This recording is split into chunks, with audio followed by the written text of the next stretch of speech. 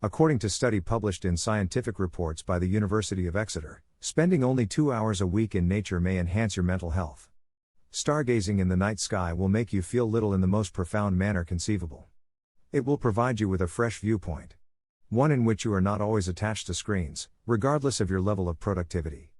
You may even be able to create some lasting memories. If you are interested in Wharton State Forest stargazing, continue to read this article. We will share all important details that you need to be aware of it. Wharton State Forest is a state forest in the state of Pennsylvania. With almost 100,000 acres of property shared between Burlington, Camden, and Atlantic counties, Wharton State Forest is New Jersey's biggest state forest. Beautiful views of Wharton's lakes, ponds, and fields provide stargazers in New Jersey with access to the clear, open sky. Tent camping and cottages are also available for $20 per night for locals and $25 per night for non-residents. South Jersey became a significant industrial hub due to its abundant natural resources. More than 30 of Batstow Village's 19th-century structures remain, including the completely furnished Batstow Mansion, which made iron items during the Revolutionary War. Wharton offers hiking, mountain biking, and horseback riding paths, as well as canoeing, kayaking, and fishing in rivers and lakes. During the summer, Atzian Lake is open for swimming. Picnic tables and charcoal grills, 2 small playgrounds, a short nature walk, a canoe/kayak launch place, restrooms, and changing facilities are also available at the Atzian Recreation Area. Within the New Jersey State Park System, Wharton State Forest is the biggest single tract of land.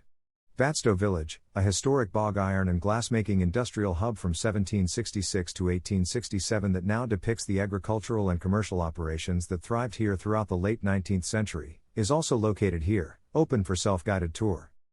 Rivers and streams for canoeing, hiking routes, including a large stretch of the Batona Trail, miles of unpaved roads for mountain biking and horseback riding, and several lakes, ponds, and fields for animal observation may all be found across Wharton.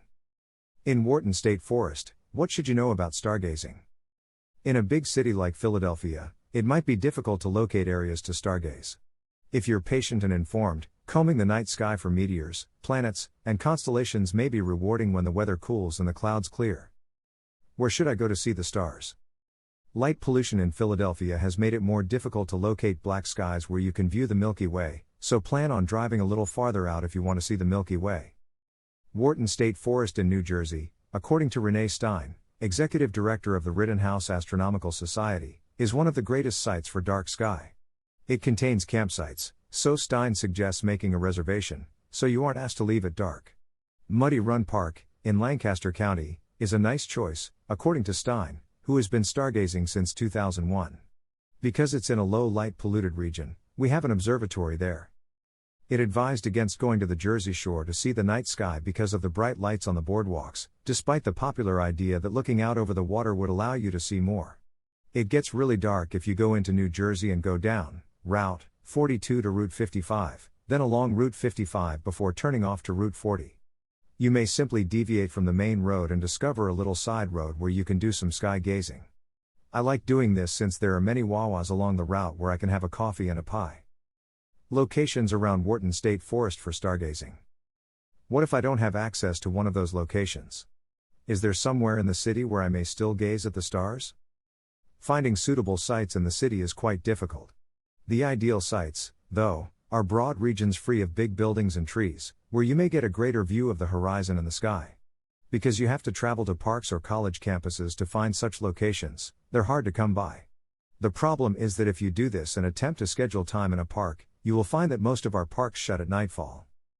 The Rittenhouse Astronomical Society often visits the houses of friends and family seeking open spaces. The events of the society are often open to the public. Check its website for upcoming events.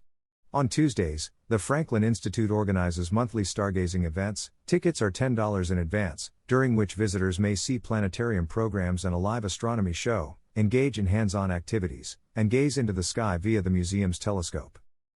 What should I search for if I wish to discover my own stargazing spot? Go to your computer and seek for a light pollution map. Lightpollutionmap.info incorporates data from a variety of government organizations as well as World Atlas overlays. It will assist you in locating areas that are darker than others. Another influence is the weather. If you go out on a night with low humidity, you'll be able to see more since there will be less clouds. You also want to look for a broad horizon, and you'll definitely want some solitude away from your neighbors, since people don't like telescopes in their backyards when they aren't their own. Apart from that, you can go searching for a location with a greater elevation, since this helps to create a clear horizon. You want to be able to look above the trees. If the surrounding lights are pointed downwards, rooftops may be fantastic. You should also keep an eye out for the direction with the best views. The best exposure is in the west and south direction, since that's where you'll be able to see the most objects and constellations in the sky.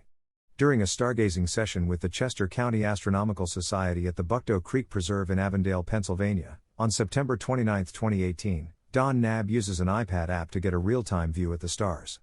Clouds rolled in, bringing the evening to a close early. Continue reading.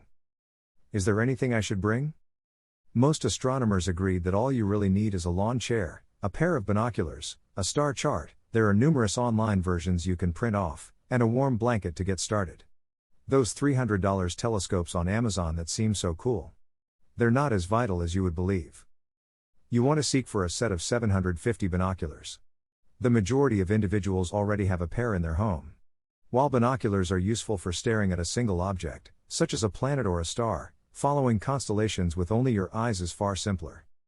Because white light from flashlights and phone displays screws with your night vision, Stein also suggested keeping a red light or a piece of red cellophane on hand. By taping red cellophane over a flashlight, you can prevent your eyes from switching between day and night vision. You'll also need scarves, coats, and jackets in the colder months. You don't want to forget the mosquito spray in the summer. If you do want a telescope, you don't spend less than $300 on a good one. However, if you go stargazing with an astronomy organization, many seasoned astronomers will bring their telescopes for you to examine. Is there anything I need download before going stargazing?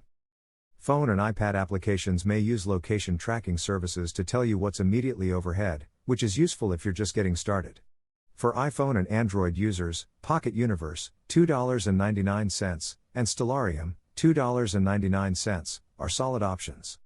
SKI and SkyMap are also available for Android. The astronomers I talked with also advised Sky Safari, free to $19.99, for iOS if you're ready to spend a little money. On an iPad, the majority of the applications operate properly. What are some more considerations I should make? Attending programs hosted by local astronomy organizations is one of the greatest ways to get started in stargazing. Astronomers are pleased to answer any queries and give equipment suggestions. When the weather isn't cooperating, the groups normally schedule 1 or 2 rain dates. While you're out gazing at the night sky, there are many methods for you to contribute data to professional astronomers' study. Globe at Night, in particular, is a website that uses citizen-submitted data to monitor how terrible light pollution is across the globe. Consider placing motion detectors on any of your outdoor lights to turn them off when no one is around if you want to assist solve the issue of light pollution. Outside, installing downward-pointing shades on light bulbs may also assist.